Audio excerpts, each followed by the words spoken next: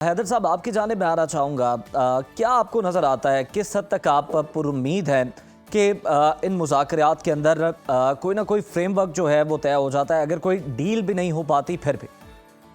बिस्मिल्लाहिर्रहमानिर्रहीम। बहुत शुक्रिया उज़ैर। देखिए, हम लोगों ने जिस वक्त पहला दौर हुआ मुज़ाकरात का, उस वक्त भी ये बातें की कि चीज़ें पॉजिटिव नोट पर आगे बढ़ी हैं। जो स्पॉयलर्स बातें करते रहे जी के मुज़ाकरात नाकाम हो गए, दूसरे दौर का होना ये बात साबित करता है कि पहला दौर कामयाब हुआ। और पहला दौर कामयाब तब हुआ जब दोनों साइड्स ने एक दूसरे की पल्स को पढ़ा, एक दूसरे के सामने 47 साल के बाद इतनी बड़ी सतह के वफूद बैठे, उन्होंने देखा कि अप्रोच क्या है।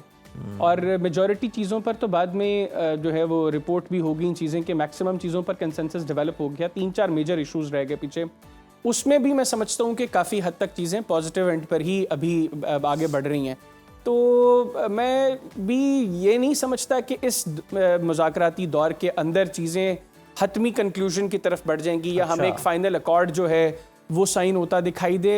लेकिन ये हो सकता है कि सीज़ फायर एक्सटेंड हो जाए, कुछ मज़ीद चीज़ों के ऊपर कंसेंसस डेवलप हो जाए, क्योंकि इश्यूज़ अभी बहुत ज़्यादा हैं लेबनान के अंदर। नो डाउट कि ठीक है, इजराइल ने 10 रोज़ा जंगबंदी का तो ऐलान कर दिया, सीज़ फायर तो अनाउंस हो गया वहाँ पर, लेकिन अभी भी लेबनान का एक बड़ा हिस्सा इजराइल के कंट्रोल में है।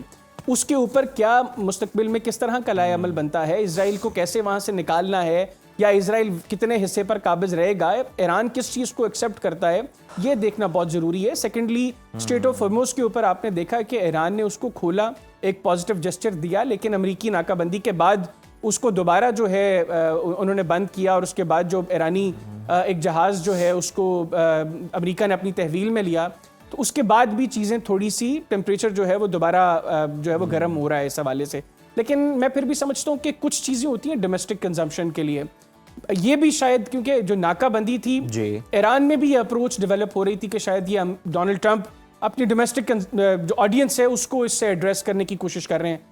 हो सकता है कि आज हमें यह खबर सुनने को मिले कि अमेरिका ने नाकाबंदी खत्म कर दी है और ईरान ने स्ट्रेट ऑफ हॉर्मुज़ को दोबारा खोल दिया है। बिल्कुल, ये सारे इम्कानात मौजूद हैं और कार्ड्स हैं जो कि किसी भी मौके पर खेले जा सकते हैं। हैदर साहब, जिस तरह से बात हो रही है स्पॉयलर की, अमेरिका और ईरान के मामला तो चले तय हो जाएंगे, लेकिन स्पॉयलर की गारंटी कौन देगा जिसकी एक्सपेंशनिस्ट अप्रोच है, तोसी पसंदाना जिसके अज़ाइम है। लबनान में भी अब हम देख रहे हैं कि 10 किलोमीटर आगे बढ़कर उसने एक पट्टी खींच दी है, तो इसको कौन रोकेगा? 6 माह बाद इलेक्शन भी हैं और अपनी बका की जंग भी लड़नी है नेतन्याहू ने।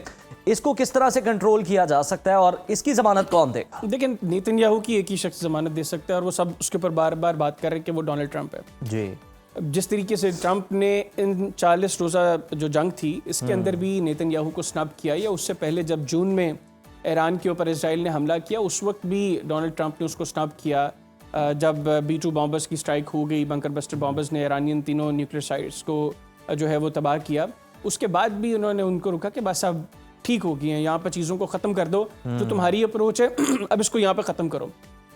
अब मसला ये है कि ट्रंप ने फैसला ये करना है कि वो नेतन्याहू की तरफ से मुसल्लत की गई इस जंग के अंदर रहते हुए अमेरिका का मजीद नुकसान करेगा, क्योंकि अप्रोच तो अमेरिका को लेकर आलमी सतह पर तब्दील होगी ना। अमेरिका के वो एलाइज जो अमेरिका की मर्जी के बगैर आंख खोलते या बंद नहीं करते थे, आज वो अमेरिका को आंखें दिखा रहे हैं। तो अमेरिका का ये नुकसान है। हमने जो नो किंग प्रोटेस्ट देखा, 3000 मकामात पर 80 लाख अफराद रिपोर्टेडली बाहर निकले, तो ट्रंप को अंदाज़ा तो हो रहा है कि हम एक ऐसी जंग में हमें नेतन्याहू ने धकेल दिया है जिसमें हमारी कामयाबी का कोई इम्कान दिखाई नहीं दे रहा। तो जिस तरह नगवाना साहबा कह रही थी कि इस वक्त अमेरिका को फेस सेविंग चाहिए, कि वॉर ट्रॉफी चाहिए, तो ईरान फेस सेविंग तो शायद किसी तरह दे दे, वॉर ट्रॉफी कोई अमेरिका को देने नहीं लगा।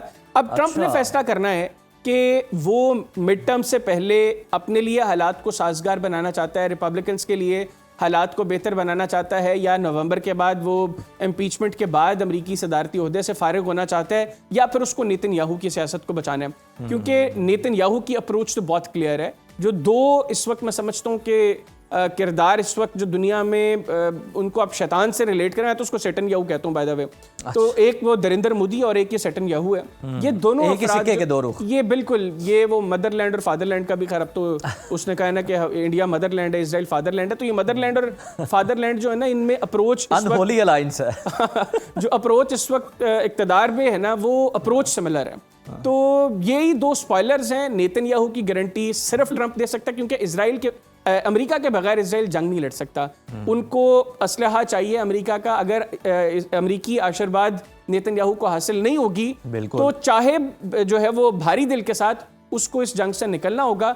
और ईरान का एक बड़ा कंसर्न ये है, वो चाहते हैं कि गारंटी दी जाए। जो लास्ट राउंड था डायलॉग का, उसमें जो है वो कुछ जो है अंदर दौरान गुफ्तगू हालात काफ़ी ख़राब हुए। दोनों अतराफ से आवाज़ें इस कदर बुलंद हुई कि कहते हैं कि कमरे से बाहर आवाज़ें जाना शुरू हो गई थी। और उसमें एक बड़ा मुद्दा यही गारंटीज़ का था।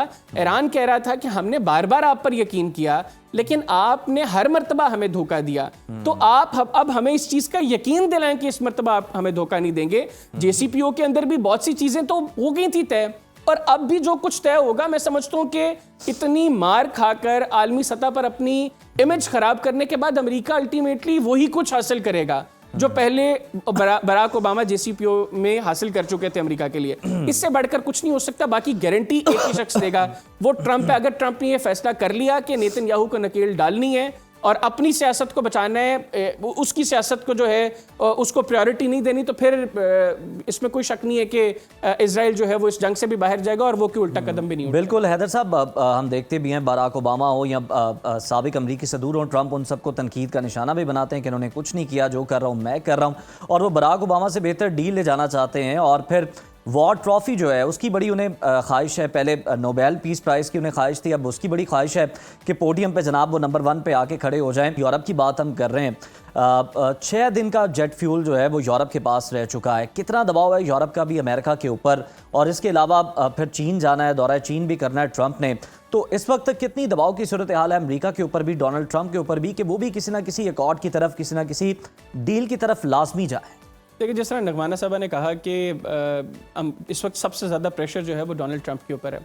आपने देखा कि जिस वक्त ये मुज़ाकरात के सेकंड राउंड की अनाउंसमेंट हुई और इनिशियली जैरेड कुशनर और स्टीव विटकॉफ के बारे में ट्रंप ने कहा कि मेरे 2 लोग जो हैं वो जाएंगे। बाद में रिपोर्ट हुआ कि जैरेड कुशनर और स्टीव विटकॉफ आ रहे हैं, JD वैंस जो है वो नहीं आ रहे।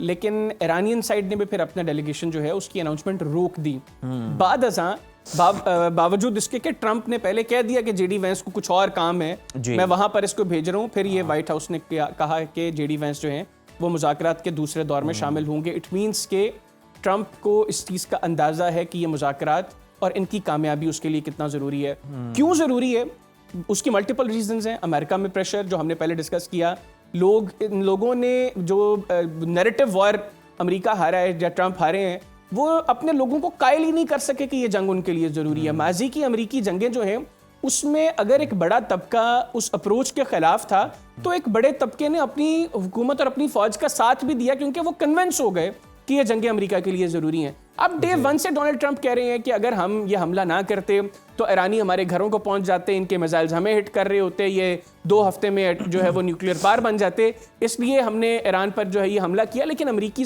को बाय नहीं कर रहे, तो वो डोमेस्टिक प्रेशर है। फिर जो यूरोप है वो ऑलरेडी रशिया यूक्रेन वॉर की वजह से वो अपना एक बड़ा चंक इकोनॉमी का वो यूक्रेन को जो है वो दे रहे हैं बार बार, ताकि वो भी समझ रहे हैं कि अगर ये जंग फैलती है और ये यूक्रेन से बढ़ती है, ये यूरोप तक आती है, तो इसकी तबाही यूरोप बर्दाश्त नहीं कर सकेगा। और इस वजह से वो अपने सारे रिसोर्सेज जो हैं वो यूक्रेन के साथ शेयर कर रहे हैं। ऐसे में उनकी नज़र मिडिल ईस्ट पर है।